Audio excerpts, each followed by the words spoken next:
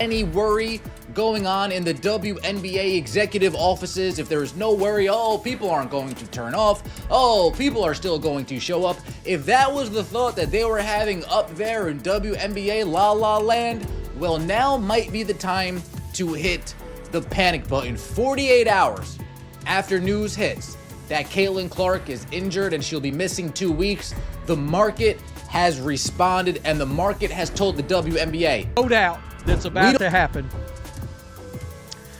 The WNBA teams that moved their games, this is about to be catastrophic.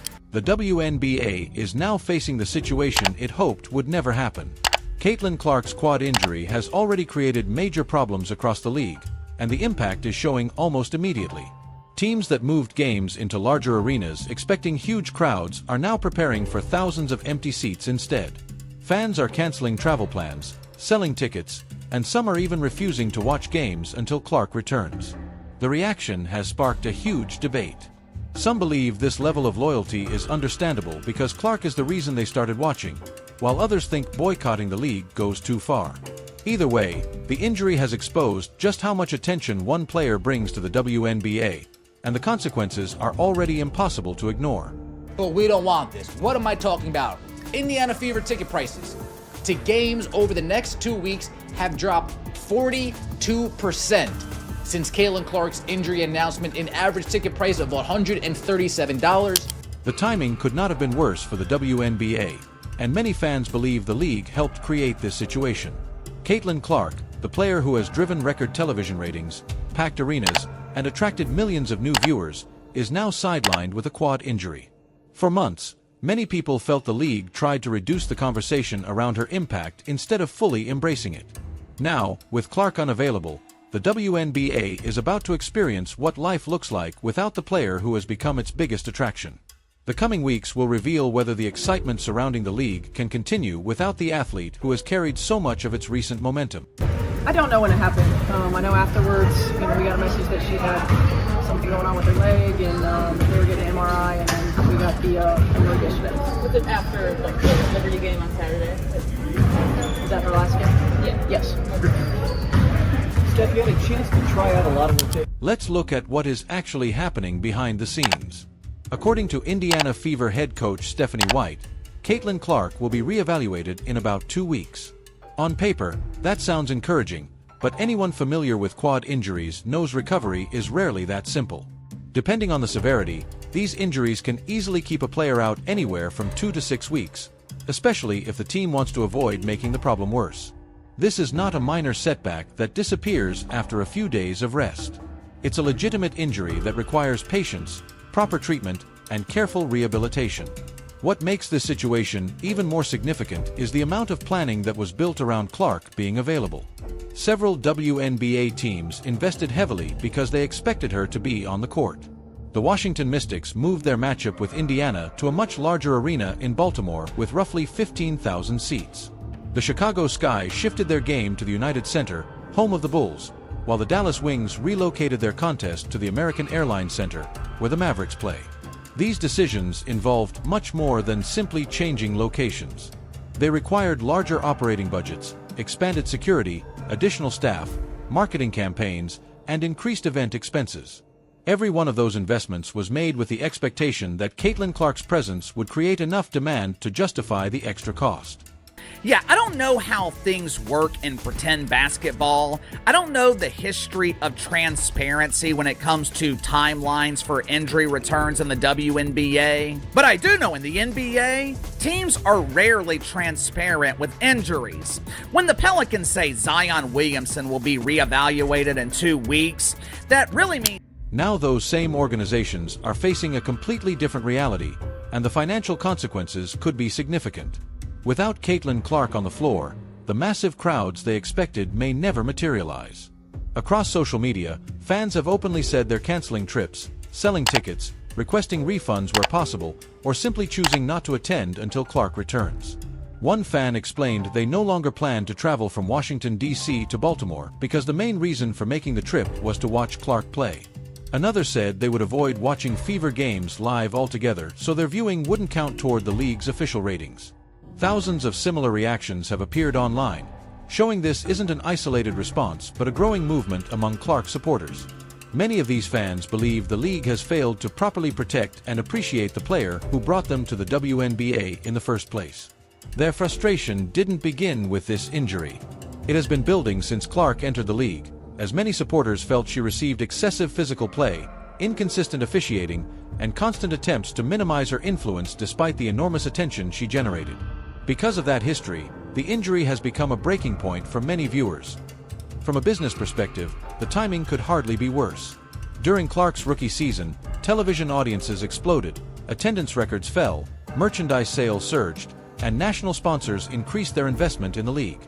Games that previously attracted only a few 100,000 viewers suddenly reached well over 1 million. Arenas that once struggled to fill seats suddenly had fans waiting in long lines just to get inside. Instead of fully embracing that momentum, critics argue the league often appeared uncomfortable allowing one player to dominate the conversation. There was repeated emphasis on spreading attention across the league rather than acknowledging the unprecedented impact Clark was having. Now the WNBA faces a difficult reality. When your biggest attraction is unavailable, casual fans often disappear with them. Many of these viewers weren't lifelong WNBA followers before Clark arrived. They became interested because of her, and without her playing, many simply move on to other sports or entertainment. That doesn't diminish the talent of other players. It's simply how superstar-driven sports have always worked. The arena situation could become especially noticeable. Teams upgraded from smaller venues seating around 7,000 fans to NBA arenas capable of holding nearly 20,000 people because they expected Clark to generate extraordinary demand. Those larger buildings also come with higher rental costs, increased staffing requirements, more security personnel, additional concessions, and larger operational expenses. If attendance falls well below expectations, television broadcasts showing thousands of empty seats could create an image that sponsors and broadcast partners won't ignore. Empty sections inside arenas originally expected to sell out send a powerful message about where the league's drawing power currently comes from. Whether fair or unfair, those visuals will likely become part of the conversation surrounding the WNBA until Clark returns, making this one of the league's biggest business challenges in recent years. The financial damage doesn't stop with ticket sales. Every part of the WNBA's business model is about to feel the impact if Caitlin Clark remains sidelined. Merchandise sales are expected to slow because Clark has consistently been the league's biggest jersey seller and one of its strongest retail attractions. Television partners also face a major challenge. Networks paid premium prices because Clark's games consistently delivered record-breaking audiences. Sponsors invested millions expecting their advertisements to appear during the league's most watched broadcasts. Without Clark on the floor, maintaining those audience numbers becomes far more difficult. Casual viewers who tuned in specifically to watch her spectacular passes, deep three-pointers, and competitive fire may simply stop watching altogether.